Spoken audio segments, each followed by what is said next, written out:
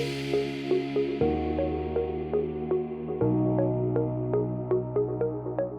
friends! So today I want to talk about behavioral interview questions. If you've ever been interviewed for a job, you're probably familiar with these types of questions. So things like, tell me about a time that you made a mistake at work. How did you handle that? Or tell me about a time that you had to work on a team, on a group project, and there was disagreement within the team. What did you do to make it work? Or tell me how stress has affected you in past jobs, and what are the tools that you found are effective for mitigating that? So, these types of questions are a way for interviewers to get a sense of who a candidate is based on the historical nature of what they share and how they've performed in the past, and also in the way they answer. So, for example, if I ask a candidate about working on a team and they give me all kinds of I and me language and very little we language, then that tells me something. If I ask about making mistakes and I get a lot of deflection and defensiveness or lack of accountability, that tells me something. So, definitely these are useful questions, but more foundationally.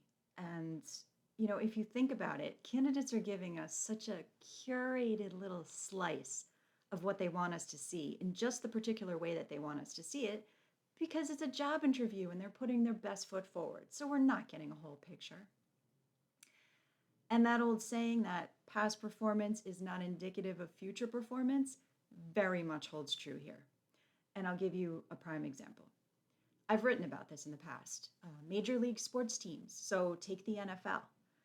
Even with all of the resources and the talent and the knowledge, teams that perform super well in one season are very rarely able to duplicate that same level of success from season to season, even when not that much changes on the team. There's just too many variables. So that holds true in hiring as well. Now, say you're the head coach who just helped a team win the Super Bowl, and now you're being interviewed to go work for a different team.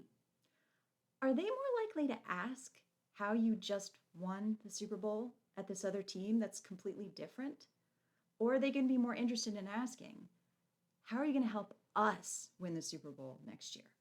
Because I know what I'm going to be more interested in asking. So that's what I'm saying is, how do we take the value of these foundational questions and instead of having it be so backward facing, make it more forward facing? So I want to know what you're going to do next. Now, if you put on your resume that you just helped your company increase sales by 25%, heck yes, I want to know how you did that. But I'm going to be way more interested in your ideas for how you're going to do that at my company, right? So these are the types of questions that I think are far more useful to ask. So taking what the job requires and asking questions that are specific to that, that's what I want to see. That's what I do. There's a reason that the windshield is so much bigger than the rearview mirror. Thanks for watching.